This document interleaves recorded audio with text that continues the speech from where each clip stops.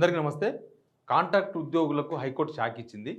GO 16 కొట్టేసింది. GO 16 ఏందంటే 2016లో KCR government ఉన్నప్పుడు కాంట్రాక్ట్ ఉద్యోగులు జూనియర్ లెక్చరర్స్ కావచ్చు, లేకపోతే వివిధ డిపార్ట్మెంట్‌లో ఉన్నవాళ్ళు, వైద్య, విద్యా శాఖలో ఉన్నవాళ్ళు, ఇట్లా ఎలక్ట్రిసిటీ డిపార్ట్మెంట్‌లో ఉన్నవాళ్ళు, వాళ్ళ రెగ్యులరైజేషన్ కోసం గతంలో ఇచ్చిన హామీ అమలు చేస్తామని 2016లో జివో తీసుకొచ్చింది 16. తీసుకొచ్చింది. కొంతమంది రెగ్యులరైజ్ చేసిర్రు. మొన్న ఎలక్షన్స్ ముందు దాదాపు 11,000 మంది అని చెప్తున్నారు. దానిలో ఆర్టీజీఎన్స్ ఇంకా మాకు కాలేదన్నారు. ఒక 8,800 మంది రెగ్యులరైజ్ అయ్యిందని చెప్తున్నారు. రకరకాల డిపార్ట్మెంట్లు, ఏమేమో డిపార్ట్మెంట్స్, ఆ డిపార్ట్మెంట్ అంతా రెగ్యులరైజ్ అయ్యిండ్రు. అయితే ఇప్పుడు కోర్టు ఏం చెప్పిందంటే ఆ జివోను కొట్టేసింది. జివోను కొట్టేసి ఇక ముందు రెగ్యులరైజ్ చేయొద్దు ఎవరిని. ఎంతమంది అంటే ఇప్పటివరకు 40 విభాగాల్లో కాంట్రాక్ట్ ఉద్యోగులు రెగ్యులరైజ్ అయ్యారంట. ఏంది 2,909 మంది జూనియర్ లెక్చరర్లు, 184 మంది జూనియర్ లెక్చరర్లు ఒకేషనల్, తర్వాత 390 మంది పాలిటెక్నిక్, 270 మంది డిగ్రీ లెక్చరర్లు, సాంకేతిక విద్యాశాఖలో 131 మంది అటెండర్లు, వైద్య ఆరోగ్య శాఖలో 837 మంది వైద్య సహాయకులు, 179 మంది ల్యాబ్ టెక్నీషియన్లు, 158 మంది ఫార్మసిస్టులు, తర్వాత 230 మంది సహాయ శిక్షణాధికారులు, ఇట్లా ఇంకా రకరకాల డిపార్ట్మెంట్లలో 8,000 పైన అంతా రెగ్యులరైజ్ అయ్యారు. వాళ్ళు ఇప్పుడు పేరోల్లో ఉన్నారు, ప్రభుత్వ ఉద్యోగులుగా గుర్తించబడ్డారు, జీతాలు తీసుకుంటున్నారు, ప్రభుత్వ ఉద్యోగుల పేరోల్లోనే అంతా నడుస్తున్నది. ఇప్పుడు ఏమైందంటే జివో 16 రద్దు చేయాలని అప్పట్లోనే కొంతమంది పోయినారు. అప్పట్లో ఆ కేసు ఇప్పించింది కాంగ్రెస్ వాళ్ళు అనేది ఒక వినికిడి ఉంది. ఆ కేసు ఇప్పించింది కాంగ్రెస్ వాళ్ళే.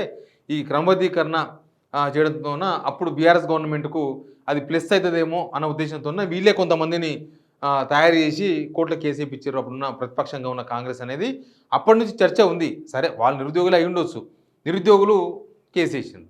ఏంది ఆ కేసు అంటే, ఇట్లా రెగ్యులరైజ్ చేసుకుంటూ పోతే మాకు ఉద్యోగాలు ఏడొస్తాయి, ఇంకా అన్ని వీళ్ళతో నింపుకుంటూ పోతే, కాంట్రాక్ట్ ఉద్యోగులతో నింపుకుంటూ పోతే మా పరిస్థితి ఏందని కోర్టుకు పోయినారు. ఆ పంచి నడిచి లాస్ట్కు 8 ఏళ్ళ తర్వాత ఇప్పుడు అయిపోయింది. అయితే ముందు ఒక టెన్షన్ ఉండే. ఇప్పుడు మళ్ళీ ఒకవేళ అట్లా చేస్తే జివో 16 రద్దు చేస్తే మళ్ళీ వీళ్ళందరూ రద్దు అయిపోతాయా, వీళ్ళందరూ పేరోల్ కింద ప్రభుత్వ ఉద్యోగులుగా గుర్తింపబడ్డ 8,800 మంది పైన వాళ్ళందరూ కూడా మళ్ళీ కాంట్రాక్ట్ ఉద్యోగులు అయిపోతారా, ఇట్లాంటిది ఉండే. బట్ కోర్టు ఆర్డర్ కాపీ వచ్చింది. ఆర్డర్ కాపీ వచ్చిన తర్వాత వాళ్ళంతా రిలాక్స్ అయినారు. ఏంది ఆర్డర్ కాపీ అంటే ఇక్కడ ఉంది, act 1994 declared as ultra vires and consequently set aside. ఏమంటారు, contractual employees who were already regularised need not to be terminated. అంటే ఇప్పటిదాకా ఎవరైతే ప్రభుత్వ ఉద్యోగులుగా గుర్తింపబడ్డారో వాళ్ళు ఎవరు కూడా ఇక మళ్ళీ టర్మినేట్ చేయొద్దు. ఎందుకంటే మళ్ళీ ఒకసారి ప్రభుత్వ ఉద్యోగులుగా పనిచేసిన తర్వాత వాళ్ళు మళ్ళీ కాంట్రాక్ట్ ఉద్యోగులకు తీసుకపోతే అది పద్ధతి కాదు, వాళ్ళ పని కూడా చేయరు. ఇంకా వాళ్ళు ప్రభుత్వ ఉద్యోగులుగా గుర్తింపబడ్డ గత గవర్నమెంట్ చేసిన పని. ఇప్పుడు ఈ గవర్నమెంటు ఇక దానిలో మరి ప్రభుత్వం వాదనలు జరిపేదాన్ని బట్టి ఉంటుంది. ప్రభుత్వం వాదన జరపాలి కదా, ఎందుకు జీవో తీసుకురావాల్సి వచ్చింది, లేకపోతే ఎందుకు కాంట్రాక్ట్ ఉద్యోగులను రెగ్యులర్ ఉద్యోగులుగా చేయాల్సి ఉంటుంది, వాళ్ళ ఎక్స్పీరియన్స్ను వాడుకుందామనో, లేకపోతే వాళ్ళు ఆల్రెడీ ఆ రంగంలో ఆ డిపార్ట్మెంట్లో వాళ్ళంతా సీనియర్స్ కాబట్టి వాళ్ళ సేవలు వాడుకుందామనే ప్రయత్నము, ఏదైనా గవర్నమెంట్ వాదనలు పట్టుంటాయి. ఈ గవర్నమెంటు చాలా వీక్ వాదనలు చేసిందేమో బహుశా హైకోర్టులో. గవర్నమెంటే కదా పార్టీ, ఇక్కడ గవర్నమెంటే పార్టీ కాబట్టి గవర్నమెంట్ వాదనల మీద ఈ తీర్పు డిపెండ్ అయి ఉన్నది. ఖచ్చితంగా వాదనలు బట్టే కోర్టులు తీర్పు ఇస్తాయి. మరి ఆ గవర్నమెంట్ ఇచ్చిన దానికి మేమెందుకు ఇన్వాల్వ్ కావాలనుకున్నదో, లేకపోతే ఆ జివో 16 మీద రెగ్యులరైజ్ చేస్తే ఎంతసేపటికి కేసీఆర్ పేరే వస్తుంది అనుకున్నారో, ఏమైందో తెలియదు. కానీ ఇంకా ఇప్పటి నుంచి జివో 16 పైన రెగ్యులరైజ్ చేయకూడదని హైకోర్టు చెప్పింది. ఇంకా ఇప్పటిదాకా ఎవరైతే మాకు రెగ్యులరైజ్ ఇద్దని ఈ కాంట్రాక్ట్ ఉద్యోగులు, కాంట్రాక్ట్ లెక్చరర్లు, డిగ్రీ, ఇంటర్మీడియట్, జూనియర్ కాలేజీలు వీళ్ళందరూ ఎంతమంది ఎదురు చూస్తున్నారు. దాదాపు అన్ని డిపార్ట్మెంట్లో కలిసి ఒక 15,000 నుంచి 20,000 మంది ఉండొచ్చు అనేది ఒక అంచనా ఉంది.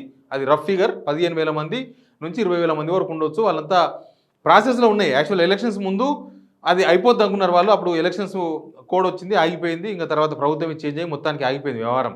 అయితే ఇంకా ఈ గవర్నమెంట్ ఇప్పుడు చెయ్యదు, హైకోర్టు కొట్టేసింది కాబట్టి రెగ్యులర్ చేయరు. వాళ్ళంతా ఇప్పుడు అరే మా వాళ్ళకి అయింది, మా కాకపాయే, మాకు కూడా ఎలిజిబిలిటీ ఉంది, మాకు కూడా సీనియారిటీ ఉంది, మేము జివో 16 ప్రకారం ఎలిజిబిలిటీ ఇస్తాం, ఆ ఎలిజిబిలిటీస్ మొత్తం కూడా మేము టచ్ అవుతున్నాం కదా, అయినా మాకు కాకపాయే అని చాలామంది ఫీల్ అవుతున్నారు. మరి గవర్నమెంట్ ఏం సమాధానం చెప్తుందో కానీ గవర్నమెంట్ వాదనలు వినిపించకపోవడమే ప్రధానమైన కారణం. సరే, ఇప్పుడు ఒకటే జీవోలో కొంతమంది రెగ్యులరైజ్ అయిపోయి కొంతమందికి ఆ జీవో వర్తించదు, లేదా జీవో కొట్టేసినారు అంటే మరి వాళ్ళు సుప్రీంకోర్టుకు పోయే అవకాశం ఉంటుంది. ఎవరైతే ఉద్యోగాలు రెగ్యులరైజ్ కావాలని కోరుకుంటున్నారో, ఎలిజిబిలిటీ ఉండి కూడా మాకు ఈ పని కాలేదనుకుంటున్నారో వాళ్ళు సుప్రీంకోర్టు తలుపు కూడా తట్టవచ్చు. ఎందుకంటే ఇది divisional bench, high court divisional bench ఇచ్చింది కాబట్టి నెక్స్ట్ సుప్రీంకోర్టే ఉంటుంది. సరే, సుప్రీంకోర్టు పోరా ఏం జరుగుతుందో వాళ్ళకి ఒక అవకాశం అయితే ఉంటుంది. కానీ ఇక్కడ గవర్నమెంటు ఎందుకు వాదన జరపలేకపోయింది? లేకపోతే ఆ నిరుద్యోగులు ఎందుకు కన్విన్స్ చేయలేకపోయింది? గవర్నమెంట్ అంటే అదే గదా! అందరిని సమపాలలో చూడాలి, అందరిని సమానంగా చూసుకోవాలి. నిరుద్యోగులను రకరకాల వర్గాలు, రకరకాల పంచాయతీలుంటాయి. గవర్నమెంట్ ఏం చేయాలంటే అన్ని వర్గాలను సంతృప్తి పరచాలి. అన్ని వర్గాలను దగ్గర తీసుకోవాలి, జేయాలి. కానీ ఇంకా పోయినసారి గవర్నమెంట్‌లో ఈ చెట్టు నుంచే గాలొచ్చింది కాబట్టి మనం ఈ చెట్టును కొట్టేయాలి గాలి రాకుండా. పోయినసారి గవర్నమెంట్‌లో అందరూ అన్నం తినరు కాబట్టి ఇప్పుడు అన్నమే తినకుండా చేయాలి. మార్పు ఏమనంటే మార్పు చేయాలి కదా! అప్పటికిప్పటికి మార్పు చేయాలి కదా! మార్పు వచ్చిర్రు కాబట్టి అంతకుముందు మంచి మంచి బట్టలు కట్టుకుంటారు కాబట్టి ఇప్పుడు బట్టలు కట్టుకోవద్దు జనం. అంతకుముందు ఫంక్షన్లు అంటే ధూమ్‌ధామ్ చేస్తుర్రి కాబట్టి ధూమ్‌ధామ్ చేయొద్దు. ఇట్లా ఒక శాడిస్ట్ మార్పిజం చూపించే ప్రయత్నం నడుస్తున్నది గవర్నమెంట్‌లో. మార్పు అనేది మంచిగుండాలి. అరే మొన్నటిదాకా బతకలేనోడు ఇప్పుడు సొంతంగా కాళ్ళ మీద ఆధారపడి బతుకుతున్నాడు. మొన్నటిదాకా ఈయన కాంట్రాక్ట్ ఉద్యోగం పనిచేసిండు ఇప్పుడు రెగ్యులరైజ్ అయ్యి బతుకుతున్నాడు. మొన్నటిదాకా ఉద్యోగాలే లేవని చెప్పేసి వాళ్ళంతా రోడ్ల మీద ఎక్కిర్రు వాళ్ళకందరికీ ఇప్పుడు ఉద్యోగాలు ఇవ్వాలి. ఇట్లా మార్పు అనేది పాజిటివ్ వైపు కాకుండా కొద్దిగా నెగిటివ్ వైపు చూపించే ప్రయత్నాలు చేస్తూ ఉన్నారు.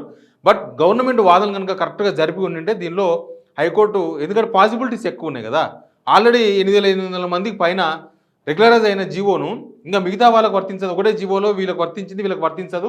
వీళ్ళందరూ రెగ్యులరైజ్ అయిపోయారు, వీళ్ళు కాలేదు అన్నప్పుడు కొంత బాధ ఉంటది. కొంత గవర్నమెంట్ ఫెయిల్యూర్ కూడా ఓపెన్‌గా కనిపిస్తుంది. నెక్స్ట్ ఏం జరుగుతుందో తెలవదు గానీ జియో 16 కొట్టేసింది.